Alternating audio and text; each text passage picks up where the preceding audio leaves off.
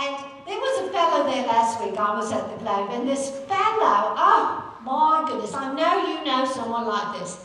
He was just not the brightest ember in the fire. He wasn't the sharpest tack in the box. I mean, you know, he was so thick-headed that surely he must have fallen from the family tree. I mean, he was so thick that so what he does then is he's got one pointed elbow. He's hanging onto it, and he's almost back in his seat. He gets ready just to sit down right where he had been when suddenly the fellow up in the galleries again yells, "Hey, William!" So he whirls around to find him, and he drops that last point, and boy, is he angry. And he looks for the guy, and he finally sees him up there in the galley and spies him up there, and he says, "My name's not William!"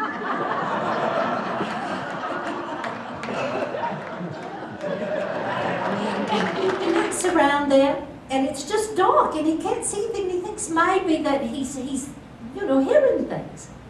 So then, again, he's just about got his hands on those silver chalices when again he hears, "Jesus is watching you."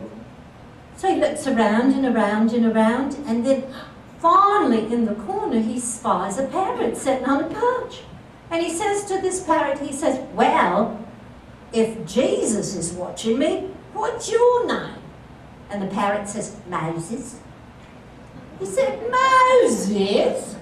What kind of crazy priest would name a parrot Moses?"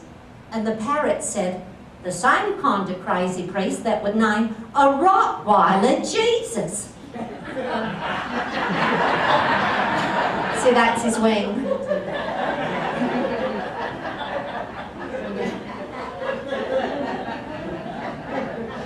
The river is wide, I cannot cross o'er. Oh, good, the blue. Nor have I the wings to fly. Good. See, it's just one blade, so I did hit twice. He's trying to make me do some rock and roll. Alright, let's start again. The river is wide, I cannot cross o'er, nor have I the wings to fly. She was so bloody that she married her cousin, King Philip of Spain, who just happened to be enjoying continuing the Spanish Inquisition, he did, and he now was King Philip, King of Spain and England at the same time. Oh, they were a bloody couple, they were. Oh, they were so bloody. They were so bloody that you would never, ever want to have them over for dinner. So bloody.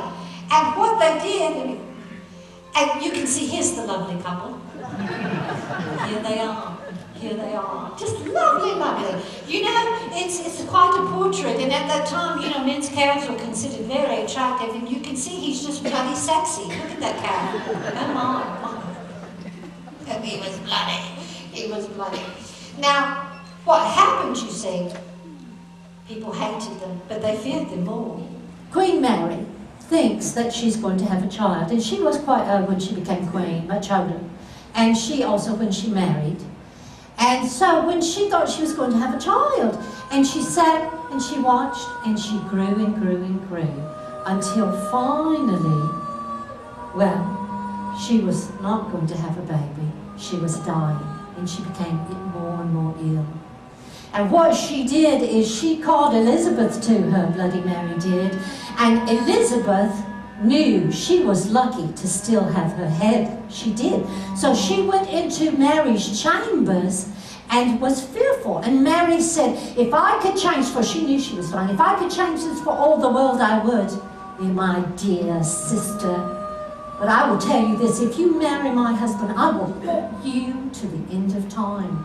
And I'll have you know, Philip had indeed proposed to her. So the woman is just so embarrassed that she jumps up, she grabs that parrot and she takes him right out to the merchant and she said, I want you to know that this parrot, this good parrot, this well-behaved parrot you told me that I could take anywhere, I just took it into Mass and it just cursed in the middle of Mass.